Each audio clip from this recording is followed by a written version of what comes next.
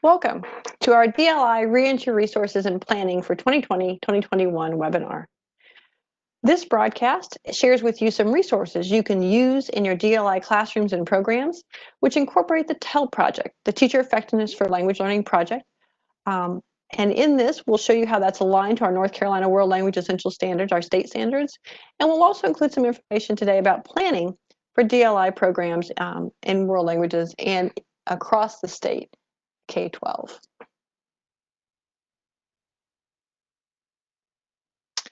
First and foremost, we want to talk to you about what our purposes are today. And we have several. First and foremost, our purpose is to help teachers and administrators bridge those potential gaps from spring of 2020. We had quite an interesting end of the school year last year. And so we want to think about whatever gaps might exist in our students' learning and help you bridge those with our resources and information today. We also want to help you as you scaffold content so that your students continue to build proficiency in the language they're learning. Rather than going back and repeating things that they might have missed, let's say in the spring, we want to always talk about moving forward and how you can scaffold that content and kind of condense or compact their learning and keep them moving in the direction they need to. As part of that, we're going to share some best practices in implementing content in DLI program languages, along with some strategies for each of the components of our world language standards, and also talk about some scheduling logistics. I know that's something that seems to be an ever-present question right now, is how do we schedule things for a DLI program, and certainly how do we schedule things this coming school year, given the many changes we have to deal with. We want to make sure that we share with you resources that can be used locally in any way. So whether you're teaching online, face-to-face, or in some kind of blended or hybrid type of classroom that incorporates both online and face-to-face, we want to show you some resources that will work for all of those learning environments. That does bring us to our handout. I mentioned that that's in the Q&A box if you want to download that as a Google document, a PDF from our Google Drive. And we're going to be talking about that handout as we go forward as part of our broadcast. As we begin, I always like to do some logistics here. You do have your WebEx event control panel. Please understand that we need you to be a little bit patient with us. WebEx events for webinars replaced GoToWebinar at the beginning of this month, and so it's brand new to us. We are still getting used to it as well.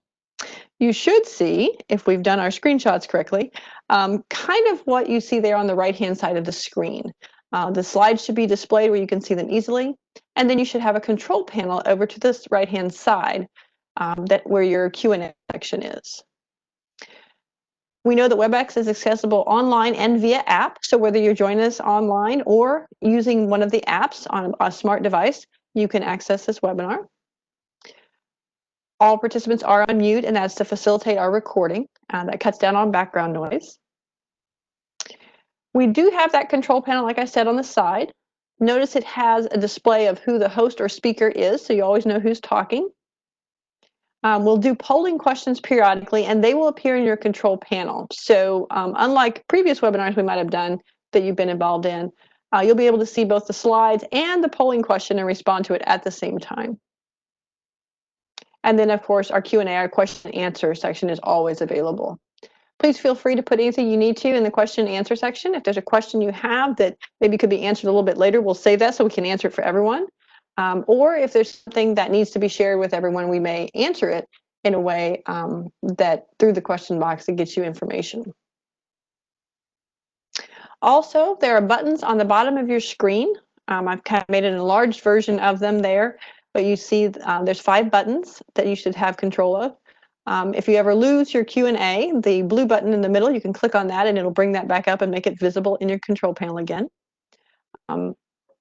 You may have a note about how you're connected. If you're connected via phone with that button on the left. And at the end, if you, as you're leaving the webinar, when you want to close out, the red button with the X on it is what you hit. The button with the 3 dots gives you some more controls, and you can always click that. And like in most tools like that, it'll show you some different things in your control panel you can access. So let's start and use that control panel by doing a polling question. I always like to ask, why did you do the broadcast today? What are your goals? And this is a check all that apply for you. Is it to access professional development that's made for world languages and DLI? Is it to earn 1 contact hour for license renewal? Is it to gather information to share with a department, a team, a school, or a district? Is it to learn about resources and planning for this coming school year? Or do you need to ask a question about DLI, policy, state standards, or anything else? So I'll go ahead and open that poll. You just click on your responses in your control panel, and we have a minute to do that.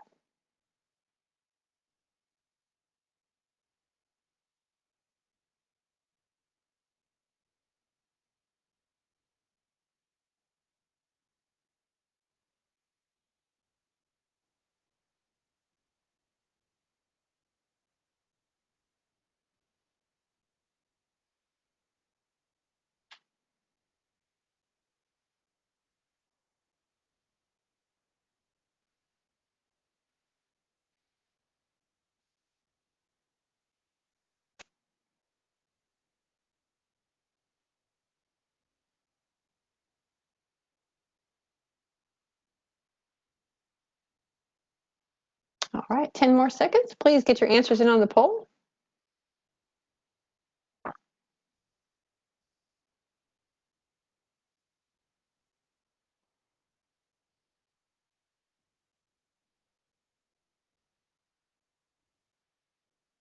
All right, now you should be seeing everyone's responses in your control panel to the poll question. It looks like most of you, 30 out of about 50 of you who are here today, are here just to simply learn about resources and planning for the coming school year. And we have a lot of information to share for you. We will post all of these materials, the slides, the handouts, a recording of this broadcast afterwards so that you can access it if you want to study it later as well. So you can always get access to those resources. We also have a number of you, 18, who said you just like accessing professional development for world languages and DLI that's specific to what you do. And that's one of the things we want to provide through this webinar series. Do look for additional information to be shared soon on our listservs about the whole DLI webinar series for the 2020-21 school year, because there will be additional webinars as we go through the year. Also, a number of you, a little over a dozen of you, are here to gather information to share with your department, your team, your school, or your district. And we always encourage you to do that. Professional sharing is one of the things that keeps us going as teachers and administrators. And so you're welcome to use all of these materials. We do post the slides in the Google format you see here. We post them as PowerPoint slides and we post them as PDFs. So you can work directly with those slides. You don't have to recreate anything. You can just download a copy and start using them locally as you need to. There are also a few of you here who said you have a particular question you need to ask, and that's great. We can always answer those in the question and answer box. And some who want to earn 1 contact hour for licensure renewal. Like we have done before, we are offering that. So those who participate in the live broadcast of a DLI webinar will receive an email with a certificate documenting your 1 contact hour. We're doing a new process this year, so you will need to wait. That'll come to you via email in about a week. So approximately a week from today, you should have that certificate if that's something you need from this broadcast. And the 1-week guarantee is also what I do with sharing. So we try to post our materials that you may want to use locally as soon as we can, but we'll definitely have them posted within 1 week following this broadcast. All right. Thanks so much for sharing with us. We're going to go ahead and continue on.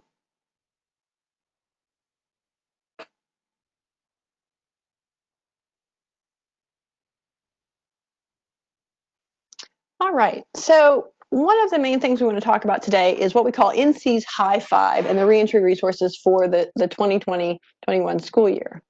And we've named it High Five because of the easy way that makes it to remember, but also because there's 5 different things that encompass our proficiency-based state standards for world languages. And the way we wanted to talk about focusing in on them, particularly for this school year, is to think about that high five and those 5 things that we all need to focus on in implementing our state standards. Today, for this DLI broadcast, we're going to focus on language performance and proficiency, and that's the first of the high 5. You see that there are 4 others, and we'll talk about those in a moment here. But this broadcast will take an in-depth look at that first one, that language performance and proficiency within DLI programs, and we'll just skim over the other 4 components. If you want detailed information about those other 4 components, you can reference our materials from the World Language Reentry broadcast that we did on Mondays in July. And that has a lot of information. Obviously, those archives are there for you too. And you can get a more in-depth look at those other 4. I want to share with you that we've been working as a team across North Carolina to create these resources. One of the things that has been a challenge for all of us is to think about how we could condense or compact what we do. And so when we think about our world language standards, since we only have 4 standards, and they're proficiency based, which is kind of what we think about with our 5th focus there, we wanted a way to focus on what's most important in implementing our world language standards. And we have a great team working on that who shared things that are happening in their districts and ways that they go about working with teachers to think about activities for each of those components of our standards. And so I want to introduce them to you today. My name is Anne Marie Gunter. I'm at the North Carolina Department of Public Instruction, and I am the K-12 World Languages Consultant for the state. So I serve your needs as language educators at the state level. And I'll let my colleagues introduce themselves who are here today as part of our broadcast. Hi, I'm Leslie Baldwin. I'm the World Languages Director in Winston-Salem, Forsyth County, and I work with our elective middle and high school language courses as well as our language immersion programs. Good afternoon. I'm Mara Kobe, and I'm the K-12 World Languages Curriculum Specialist for Charlotte-Mecklenburg Schools. And I work with all of our K-12 programs, including our dual language immersion programs. Great. Also, as part of our group of High Five creators, we have Melissa Perez, who's with Durham Public Schools. Melissa is the World Language Coordinator for that district and is also involved in their dual language immersion programs. We also had Delinda Ramirez Carter. She's at Wake County Public School System, and she is the K-12 World Language Coordinator for that district. Melissa and Delinda can't be with us today, but they were part of building these materials that we're going to share with you. So let's take a look at our High Five and how we're thinking about our state standards and focusing on them in a new way, in an effective way for the coming school year. So these are our High Five. We've drawn these from what we call the TELL project, the Teacher Effectiveness for Language Learning. That's a national project that looks at the development of best practices in world language programs, whatever type of program they are, whether it's a modern language program, DLI, heritage languages, or classical languages. And recently, they have sort of refined the criteria and sub-criteria that they work with. And so we picked 5 of those that help focus our work for this coming year. The first one, the EN4. EN is a domain. It's the environment domain. And it focuses specifically on a teacher creating an environment based on language performance and proficiency. The next section, the LE, looks at the learning experience and also learning tools. It sort of brings those together. And we picked LE 3, 4, and 5 because by bundling those in a cluster of 3, we actually cover all of our state standards in language learning. So LE3, as you can see, the teacher provides opportunities for students to process language in the interpretive mode. Interpretive is things like reading, listening, and viewing. LE4 is the teacher providing opportunities for students to produce language and have output in language through interpersonal as well as the presentational mode. And then finally, LE5 looks at the teacher providing opportunities for students to investigate cultural products, practices, and perspectives, our 3 Ps of culture, in order to interact appropriately with others from the cultures they're learning about or even within their own culture. And finally, the 5th one of our High Five is PF1, and it speaks to performance. And this is where the teacher measures student language growth through performance assessments. So we really think about how you can use performance assessments and performance tasks in your classrooms to assess where students are and then to move them forward in building their proficiency. We also want to share with you how our High Five links specifically to our essential standards, and we're going to rely on our administrator guides for that work. Most of you know, as part of our instructional toolkit with the standards, we have these administrator guides, and you might be familiar with this overview, which is in all 3 of our administrator guides, because we have administrator guides for all of our K-12 programs. So K-12 classical languages, K-12 dual and heritage, and K-12 modern languages. This is the overview of our state standards, and it is built just for what it says, for administrators who might not have come from a language learning background, for them to understand how our 4 standards weave in with our 3 strands to create our overall state standards. So when we look at that and think about our high 5, that first one about creating an environment focused on language performance and proficiency is included in the piece you see highlighted here, because our state standards use those actual proficiency guidelines, our national proficiency scale, so that each proficiency level that students are working their way into has a description of what they can do with language at that point and with the communication skills that they're building. The next one, the LE3, is actually our essential standard number 2, interpretive communication. And this looks at the teacher providing those opportunities for students to process language in the interpretive mode. And there is actually, from the necessitable actual can-do statements, an icon that we're using now to focus on that interpretive mode, because we know that interpretive mode means understanding, interpreting, or analyzing authentic text through listening, reading, or viewing.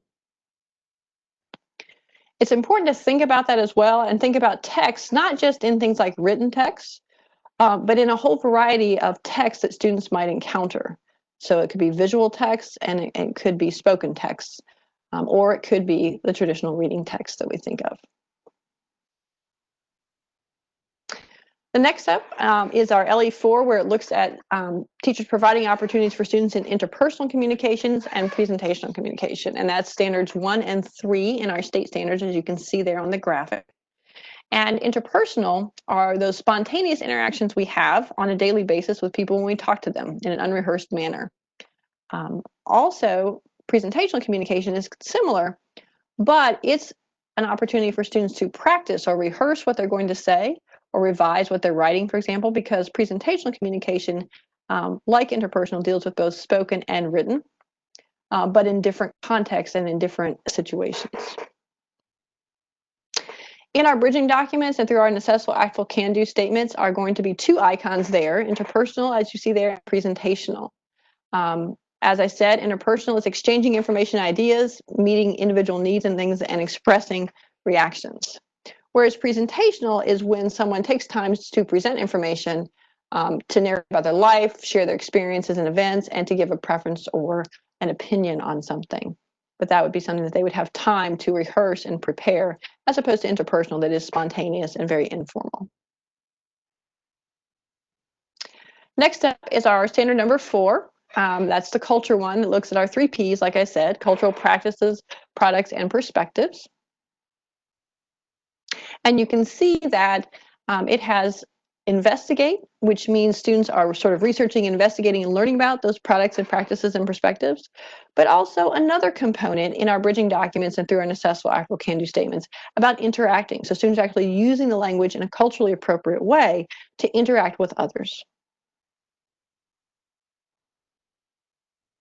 One thing to point out too is that now that you know where all 4 standards come into play, don't forget about the strands, because the strands weave through every standard. So we have our connections to language and literacy, our connections to other disciplines, which is very important obviously in a DLI program where students are learning language through academic content, and then our community strand. And finally, our last high 5, number 5, looks at teachers measuring student language growth through performance assessments. And notice that here in our administrator guides, that's addressed, where we talk about skills progressing at different levels and due to a number of factors, and you are all familiar with these as teachers, student motivation, continuity of instruction, exposure to the language, whether you're traveling or studying abroad or connecting with communities here that use the language within North Carolina or within the United States. And it can also be accessing online resources and doing more individual practice. So a lot of factors go into that, even beyond the ones that are named there. In addition, one of the things we want to share with you today is the characteristics of dual and heritage programs that's in the administrator guides. Because dual language immersion programs are often relatively new to some administrators and parents in your community that you might be serving. We wanted to point out that in the administrator guides, there is actually a description of DLI programs as sort of an overview of what it is we do in DLI programs. And that is accompanied by a description of heritage programs, which are similar and may be a continuation. So for example, students who are heritage speakers are often, their first language is a language like, let's say, Spanish or French or Chinese, or it could be students who are coming from an elementary DLI program and continuing their study and learning the language as a language arts class, so Spanish language arts, French language arts, and so on. But we wanted to point out that these courses over time have become part of that DLI K-12 sequence. And they also serve a number of other students. So you might have heard them called Spanish for Native Speakers courses in the past. But we, in our current standards, call them heritage language courses. And there's levels 1 and 2 because those two courses focus very specifically on literacy skills and then bridge into advanced courses like a level 4 or an AP course in that language. And you even see in the administrator guides two different sequences. One, sort of the standard sequence for native English speakers, comparing it to the heritage language sequence for either native speakers of the language or immersion speakers of the language, like you're working with in your DLI program. So it kind of shows how those courses correspond to each other and that they both lead students into a path of higher level language learning. So that was an overview of our high five. We're going to pause right now and do another poll. So what was newest to you about the NC's high five? And this is newest, so that means pick just one of these. Was it the administrator guides for world languages? Was it that graphic showing how our 4 standards and 3 strands weave together? Was it that TEL project in general that was new to you? Was it the characteristics of dual and heritage programs that's in the guide? Or were most or all of those new to you? We'll go ahead and open that question and you can tell us. We'll also do a check for any thing in the Q&A that we need to address.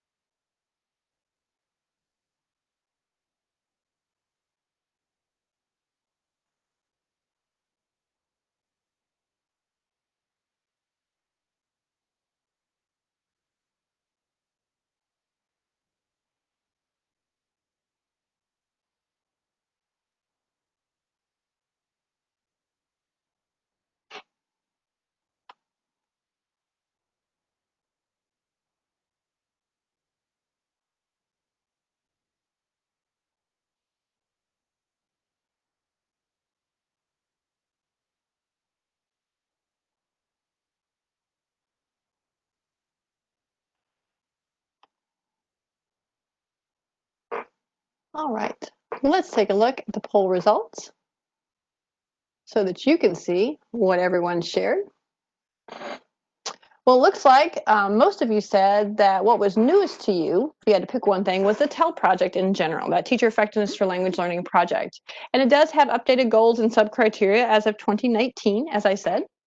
If you want to become more familiar with the TEL project, I'd encourage you to look at those administrator guides because there are 2 pages of administrator guides that link TEL project criteria with our North Carolina Educator Evaluation System standards for teacher evaluation.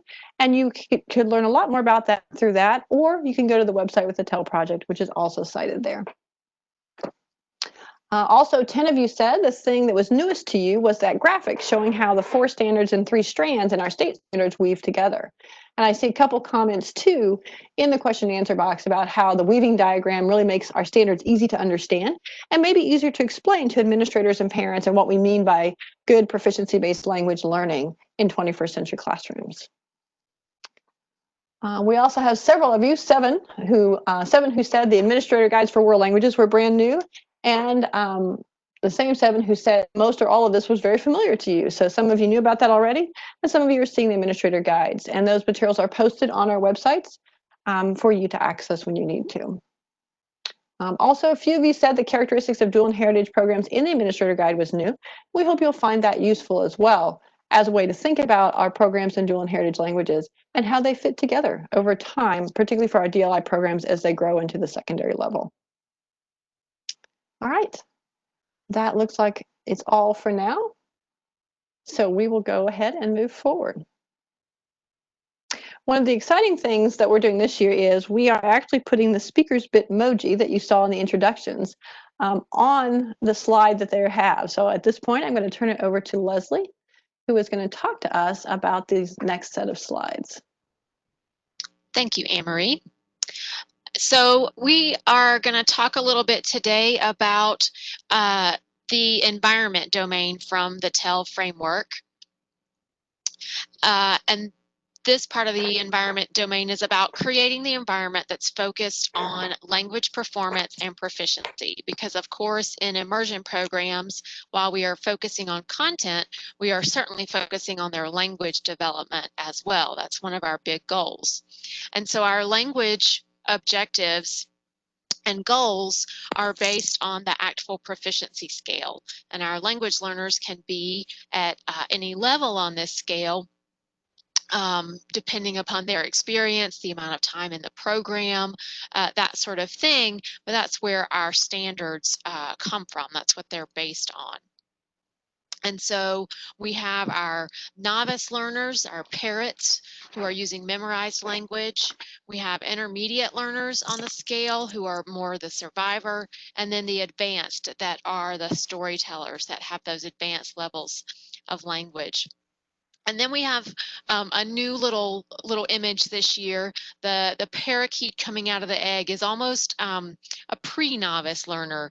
The little kindergartner coming into the immersion program who doesn't know anything yet, might know Ola from Dora, and they're just getting started with their language learning and on their journey. And so those proficiency levels are defined by tasks and by text type. So at the novice level, that's the parrot. That's the learner that can communicate very minimally. They have a lot of memorized language that they use, often words, could be phrases. Maybe they're starting to put some sentences together, but they're not successful at sentences all the time. And so they're really just repeating that memorized language and those memorized chunks that they've learned. The intermediate learner is the survivor. They can get along. They do okay. But they definitely have limits and ceilings to their language. They'll get stuck. But they can, while the parrot or the novice is working towards the sentence level, the intermediate learner is working towards the paragraph level. And then at the advanced level, we have our storyteller who is comfortable in multiple time frames with many topics. They can handle news situations very easily. They're very comfortable in the language. And so with our programs, there is some difference in the immersion programs because it depends upon the amount of time in the language, whether it starts as a 50-50 or a 90-10, that sort of thing. But generally, our K1 students are in the novice range, possibly second grade, depending upon the program design. And then our second, third, fourth, fifth graders might be in the intermediate range. It does take longer to move through the proficiency levels the farther you go up the pyramid because the language is becoming more complex and gaining more depth. And when we talk about proficiency, a reminder is that we are talking about what students can do in the language on their own and by themselves. So students in your classroom might look like more of an intermediate language learner with the language they're producing, but they're doing that with the support that you provide. And we're going to talk about some of those scaffolds today and those supports that help them do that.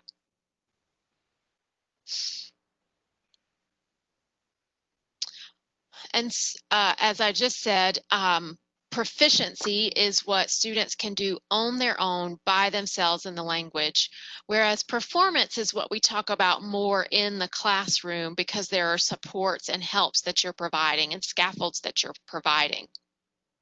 And so in this smaller circle that says can do, that's the proficiency. That's what students can do on their own by themselves outside of the classroom in a community of native speakers. This is what they can do. But then there are things that they can do with help. This is what's in their zone of proximal development. This is the I+1 of language learning. And this is where the scaffolding and the support comes in that you provide. And we'll go over some of those strategies today. But the things that you do in the classroom that help elicit that language and help pull that language out of students, whether it's things you're providing that are on the walls or on a particular page in your Canvas course, whether it's the sentence starters or the question stems, that's the scaffolding that helps them go a little beyond what they can do by themselves. And then of course there's things that they still cannot do, they're not ready for yet. But what we want to do is provide the scaffolding to help them with that middle circle so that they, as they practice and you start to take those scaffolds away, they can move things from the can do with help to the can do and add more to that can do circle they can do on their own, and then continue to advance their skills with more scaffolding on new skills in the can do with help. Because in order for them to gain proficiency levels, they have to practice looking like the next level. So their performance in class is going to look higher than their proficiency actually is, because you're helping them practice looking like that next level so that they can actually gain that next proficiency level. There are many strategies that you use to help support students in this way. It might be anchor charts. It might be having them answer those 5 W's and an H. So while they might automatically say a very short, simple sentence about what they like to do, if you start to ask them, well, who do you do that with and where and when and why, then they will start to add on more detailed language, and that helps them push from the novice level to the intermediate level.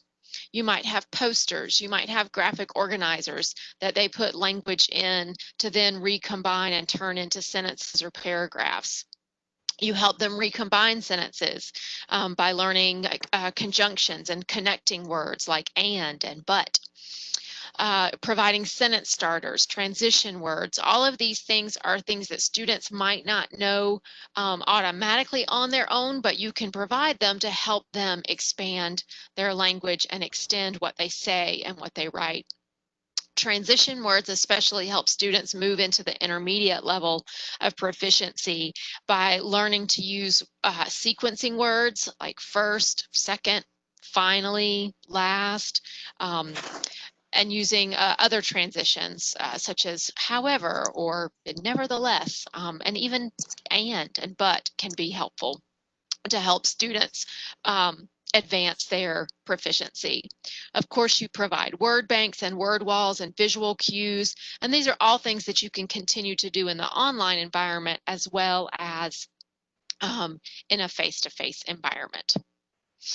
And then, of course, we want to remember that as our classrooms and our environment are focused on performance and proficiency, we have to use comprehensible input strategies so that we are eliciting that language and we're modeling that language for students and getting them to use the target language as well. But that's only worthwhile if we're comprehensible. So we know that we have to use many models and examples, especially at novice levels. We might have to provide options to help students understand what the question is. We might provide options of what the answers could be so they start to get a clue what we're asking for. We, of course, use cognates and gestures, repetition, and many, many, many visuals. That will be important in a synchronous online environment as well as in the face-to-face environment.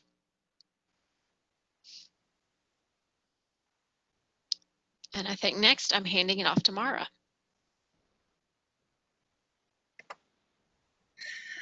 All right, so Anne-Marie put a link in the question and answer box to get you to the bridging document handout.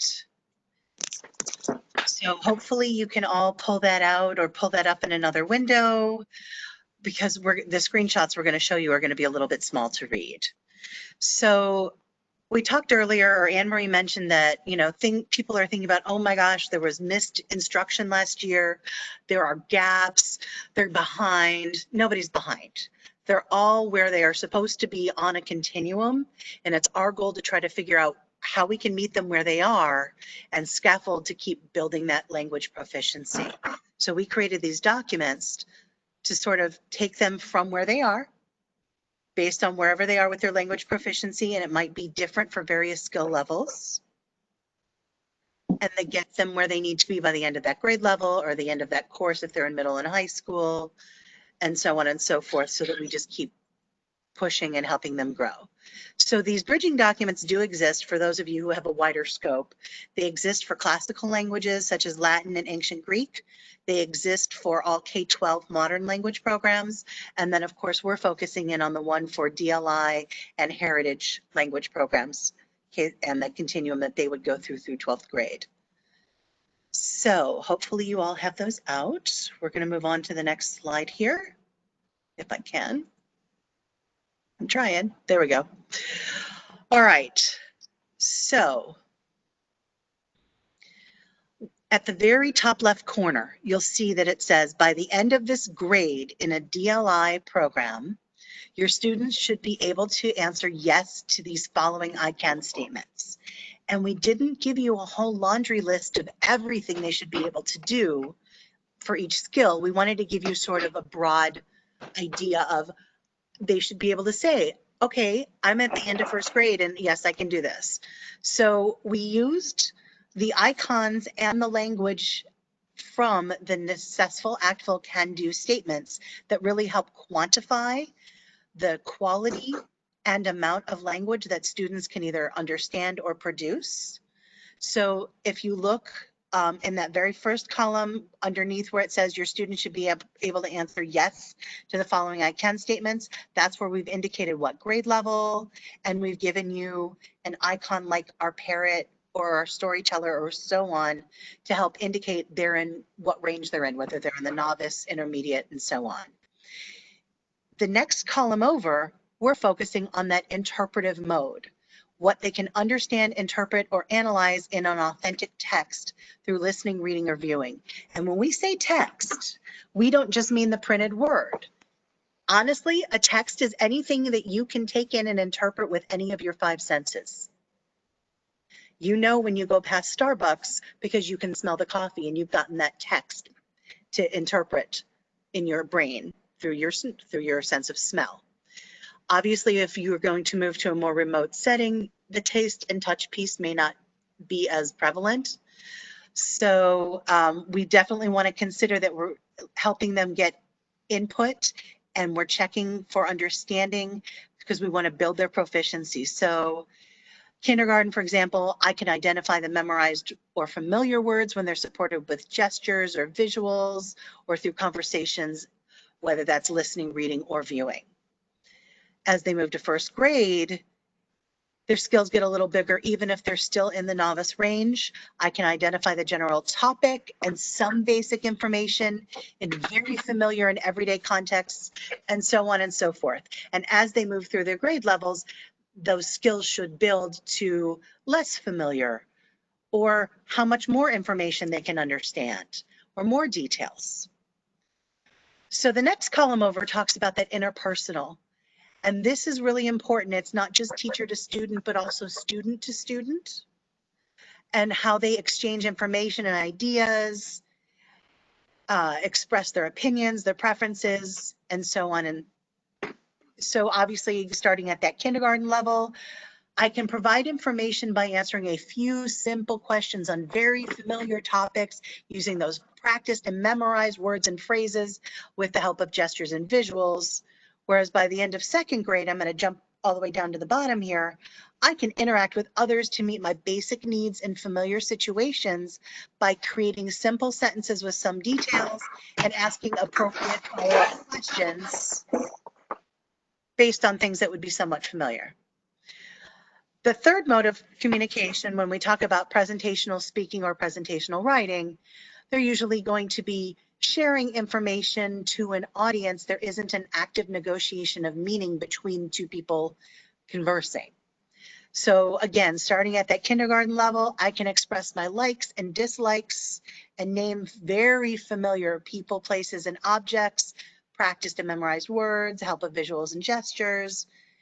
And then as we move all the way up towards second grade, I can on both very familiar and some academic topics using a variety of practiced or memorized phrases and simple sentences, et cetera, et cetera. Now, the last two columns go together. That goes with that intercultural communicative competency piece, where they're going to use the language, the target language, to investigate the products and practices to really understand cultural perspectives, and then using all of that experience where they've investigated with interpretive communication and all of those pieces, and they may have presented some information about what they've understood. They're now ready to have some interactions with others in and from another culture through interpersonal communication. And again, at the kindergarten level, they're still very, very low level. As they move through first and then to second grade, they're starting to expand and move through that development level. As we get into third through fifth grade, we're really expecting that the students should have moved into that intermediate range. And so again, across the skills, those three modes of communication and that intercultural investigation and interaction piece. Now at third grade, we're looking at things where I can identify the topic and related information from longer texts through listening, reading, and viewing, all the way through key information in text and conversations, and so on and so forth. And so again, you can look through these documents in more detail. I don't want to spend, we could spend hours just going through this particular document, but we wanted to show you how it was set up. Well, what happens after they leave fifth grade? Do we still have a continuum for that? Absolutely we do. So often when they move into the middle school, and I know we've done this in our district and a few other districts do this as well, the amount of content time they may have where they're taking math or science or social studies in the target language may vary, but we want to make sure that they're also getting some literacy in the target language still as they move through middle school. So in our case, we are using those Heritage Level 1 and Heritage Level 2 courses. We split Level 1 into parts A and B. Level 2 is taken in the 8th grade. In our Spanish programs for our Heritage students outside of dual language immersion, they're also taking those courses, but we're calling them the Spanish for Native Speakers 1 and 2. And again, here are those modes of communication and those intercultural communicative competency pieces where we're looking at where they should be growing to.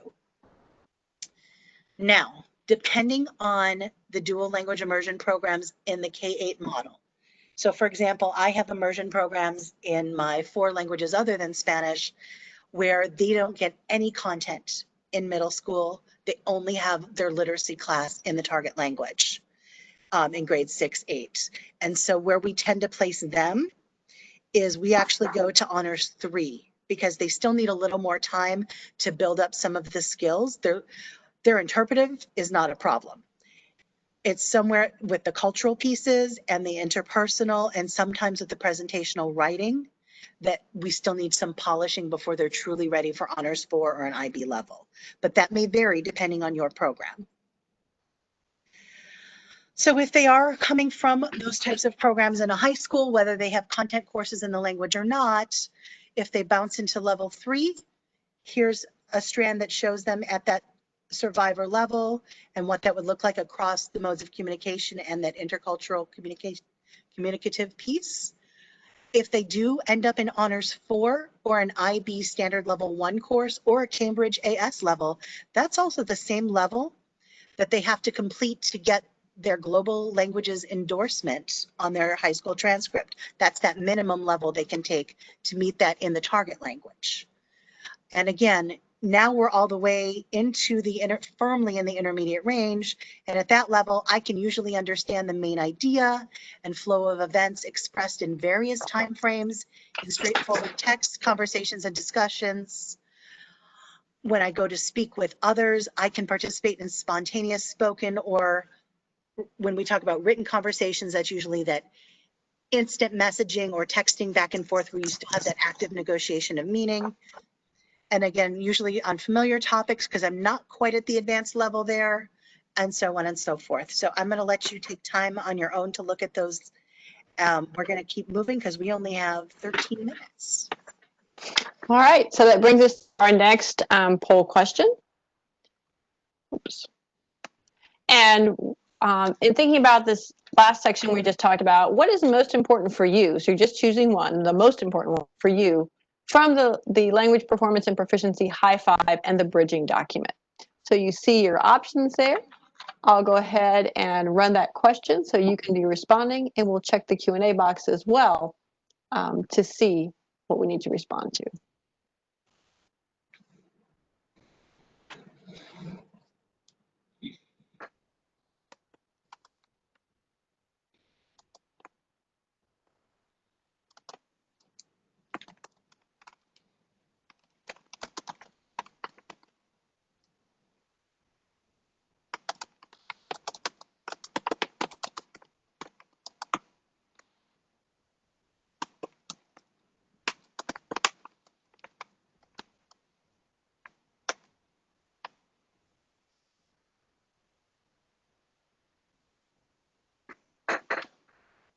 All right, be sure and get your answer in so that we know what was the most important for you in learning about this particular high five and the bridging document.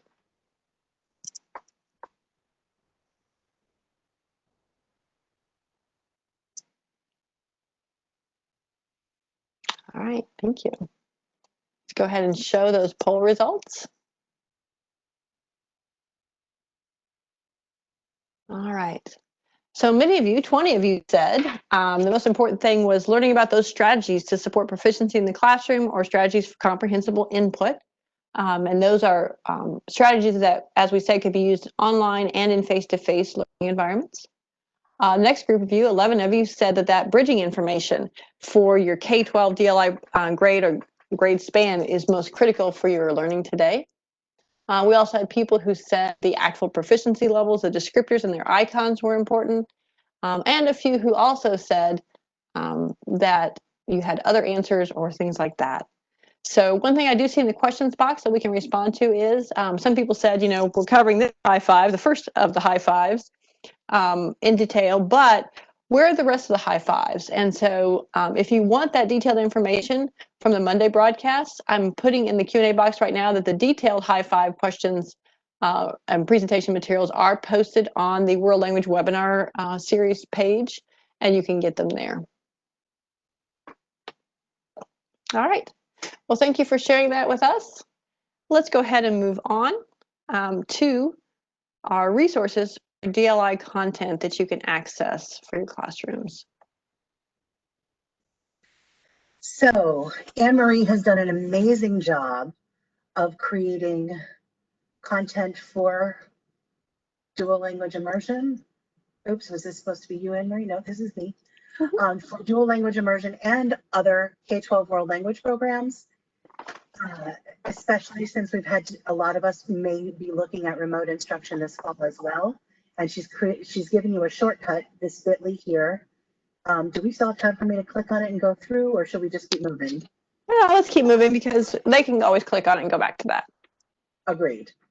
So just to let you know what is on this page, there are resources for technology of how to teach world languages for the various strategies. She has multilingual resources for most of the languages that are taught in North Carolina. She has language-specific resources for most of those languages, and then there are some resources that are multilingual that would apply to 4 or 5 languages at once. There is the language-specific resources page for you to check those out. Here are a few examples. The Fable Cottage that has fables and fairy tales and things in several of our languages. Khan Academy has actual math and sometimes engineering content in several languages. And then there's the newsandslow.com that has new and slow Spanish, both European and Latin American, as well as French, Italian, and German, which is, it's a great website as well. And I'm going to hand this back to Anne-Marie. And one of the reasons we didn't check out that language-specific resources page is that some of them are duplicated in what we're about to show you here. On our DLI Google site that we have for the state, and you can see the bit.ly link, under the resources tab, we actually have some new materials that we're debuting for the first time in these broadcasts in July. So under that resources tab, under curriculum support, we actually have now a series of things, including the K-8 quick reference guides and materials for you for all of our K-12 standards, curriculum, and instruction areas. In addition, we have some materials on programs and services like advanced programs at AIG or exceptional children. But we really want to point out the K-12 standards, curriculum, and instruction because you see there, coming up on the screen, sort of a visual of how that looks. So every single content area that you're teaching in your DLI program in the target language has a space and has materials available for you to use in DLI. For example, under mathematics, that's an important one. I know a lot of people teach math in their DLI program language, and I kind of wanted to share with you today what those look like. So we're going to run over to the DLI site just by clicking on that bit.ly link. You see it comes up on our screen.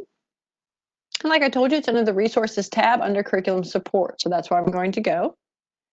And when I do that, you see just what I said. Our reference guides are there for each grade level. And then when you look at this K-12 NC Standard Course of Study, or SCOS area, you can click on any of these buttons and it'll take you to a page specifically designed for our DLI programs who are teaching that content in the target language. So if I click on math, you see that they have the curriculum support materials in general. They have links to their standards and their instructional toolkit.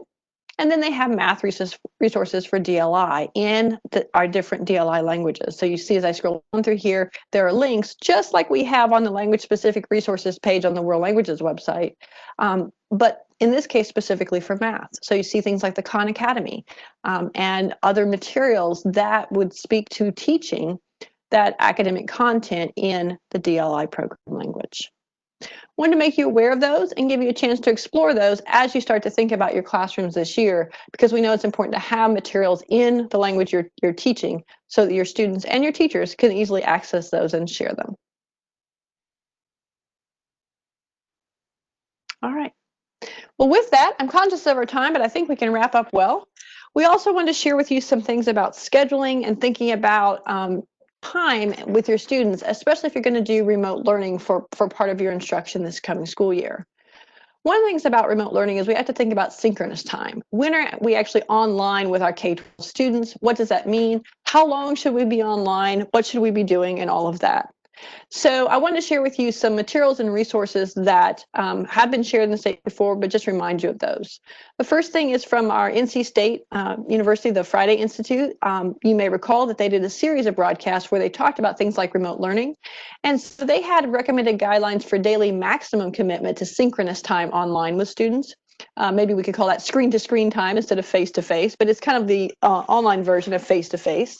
And they talked about how by grade level or grade span, how that time increases per day as students get older, because of course their attention spans get longer and developmentally they progress in their skills. So you see that chart that was first shared in the spring, kind of gives you an idea of how to schedule or think about the time that teachers would be online with students, interacting with them, versus how much time they should have what we call asynchronously, where they're doing activities and things maybe offline, and then bringing the products and results back to their online space to share. We also had some materials from the Immersion Special Interest Group, or what we call SIGs, at ACTFL. ACTFL, of course, is our national organization, like we mentioned before. And in that case, we had a couple of broadcasts where DLI programs talked about the lessons they had learned in the spring. Specifically, they said for DLI programs that are online or remote, you need to adhere to the language allocation plan you have and your DLI program type. So if you have a 70-30 instructional time model or an 80-20 or whatever it is, to adhere to that throughout. They also said to offer some optional and unstructured conversation times in the DLI language so that students get more practice. They also indicated something interesting as in that providing professional development for teachers about what tools are being used is important, as well as providing that professional development for parents on the tools being used for remote learning. And also to set up a schedule with siblings and teachers who are involved in multiple grade levels. Many times in DLI programs, of course, we have teachers who are teaching multiple grades as we work through our staffing and processes there. But you might also have siblings that are in different grade levels, and that has to be taken into consideration, especially if you have families with only one internet accessing device at home during remote instruction. I do see a question from a couple of people. Keep in mind that what we're showing you as far as example schedules and time on task is per day. So this, for example, from the Immersion SIG webinar was one international academy that actually has a Chinese DLI program. And they said they were looking at an amount of time per day for academics for each grade level or grade span. Notice again, just like the Friday Institute recommendations, which were daily recommendations for students, they start at a smaller amount of time and build as students get older. Build in the amount of time in general, but also the number of sessions that they actually have online with students. They also shared their daily schedule to show how this looked across the day and across their different grade levels, K-8 in this particular program. And again, this is just one example that we wanted to share with you to help your thinking. Notice how they have different grade levels at different times, so they're accommodating teacher assignments as well as siblings who might be in the same program. And notice how they're trying to schedule to accommodate, different ages of students and things that they might do, like breaking them into smaller groups for that synchronous time online. And this is a daily approach, just one example. In addition, we asked our presenters to share schedules that they're looking at for their DLI programs. It's always good to know, too, what's happening in North Carolina.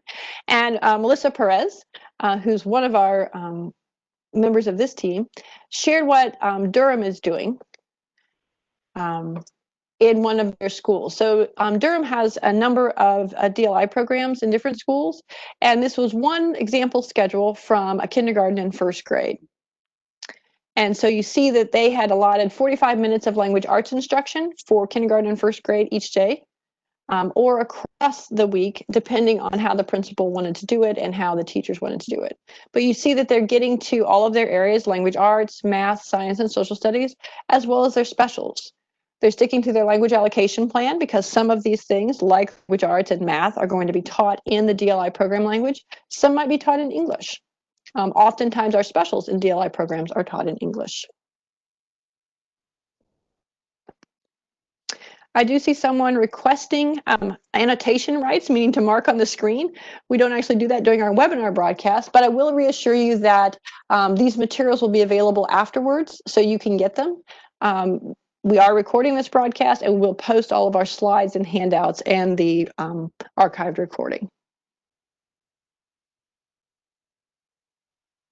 All right, I'm going to turn it back over to Mara to finish us out for tips. All right. So, yes, I realize we're at 5 o'clock, so I will channel my inner northerner and do my best to move us along. So these are some tips also from our friend Melissa in Durham.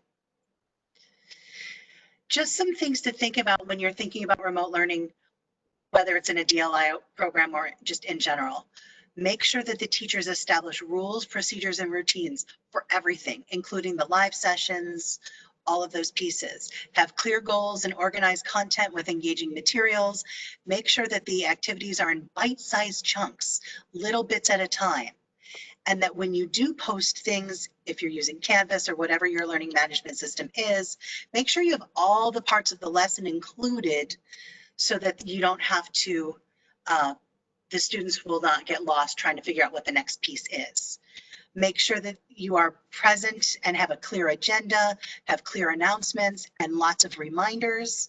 Communication must be very clear, especially with our students in dual language immersion programs that are working with heritage speaking students and so on.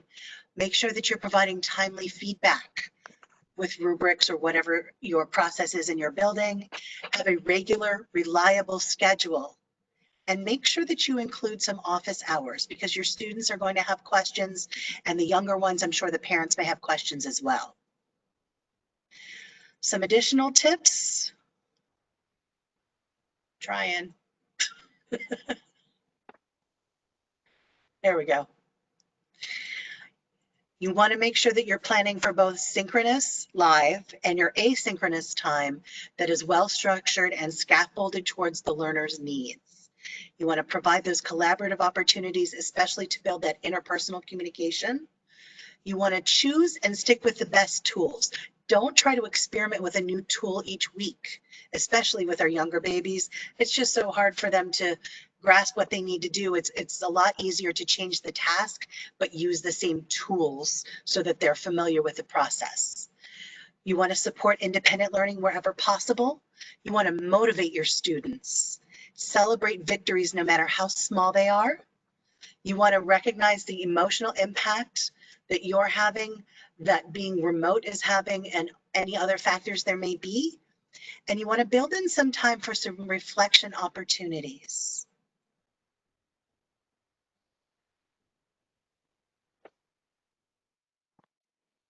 All right. And the last note on that slide was to be realistic because it's the start of a new school year. We've had a lot of changes. There are probably more changes to come. And always be realistic about what you as an educator and your students are ready for and want to try. Also, don't discount the fact that they want to try some new things because they may be in a new environment. So, as we're thinking about that and moving into the new year, I wanted to remind you that we have some upcoming professional development. You see here we have 3 different webinar series for world languages. We have the traditional world language webinar series. We've done those first 2 webinars on Monday, and those materials are posted, and there will be others throughout the 2020-21 school year. Likewise, we have the DLI webinar series, and we've done 2 of those now on these Thursdays in July, and there will be others coming in the 2020-21 school year. And finally, Linguafolio, which is a formative assessment tool for language learning, is going to also have some webinars and some other things like Twitter chats available for those teachers who are using that in their language classrooms. Those schedules will all be posted soon. The best way to find out about that is to sign up for our NCDPI updates using that bit.ly link you see there. That'll take you over and you can sign up for any of our listservs to get announcements and reminders and messages about this professional development and other things like resources for your classroom. We have one for world language instructors K-20. We have one, of course, specifically for DLI educators. We have one for NC Linguafolio in general and those users. And there might be other areas you want to sign up for, particularly since you're probably teaching other academic content areas. My colleagues I know in places like social studies and science and STEM and arts education and so forth, they all provide listserv announcements and messages like with the PD that they do with the professional development. So I'd encourage you to find that information and get those details in your email box.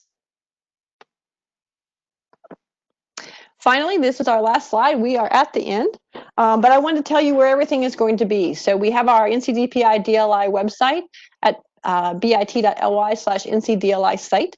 I will post these materials, all our archived materials from today, including a recording, the slides, and the handout, under the Professional Development tab for the webinar series. That's where they'll be, and you can find them there and download them. I am, as I said before, your World Languages consultant. My name is Anne-Marie Gunter. You see there on the screen, you can contact me by email or phone if you have a particular question. Again, I encourage you to sign up for the listservs and to like us on the NCDPI World Languages Facebook page as another place to get resources and information. We thank you for joining us today. We hope you've got some information you can use for your classrooms and your DLI programs as this new school year gets underway. I especially want to thank my co-presenters, all of them who helped build the materials, but certainly our co-presenters, Leslie and Mara, who were able to be with us here today.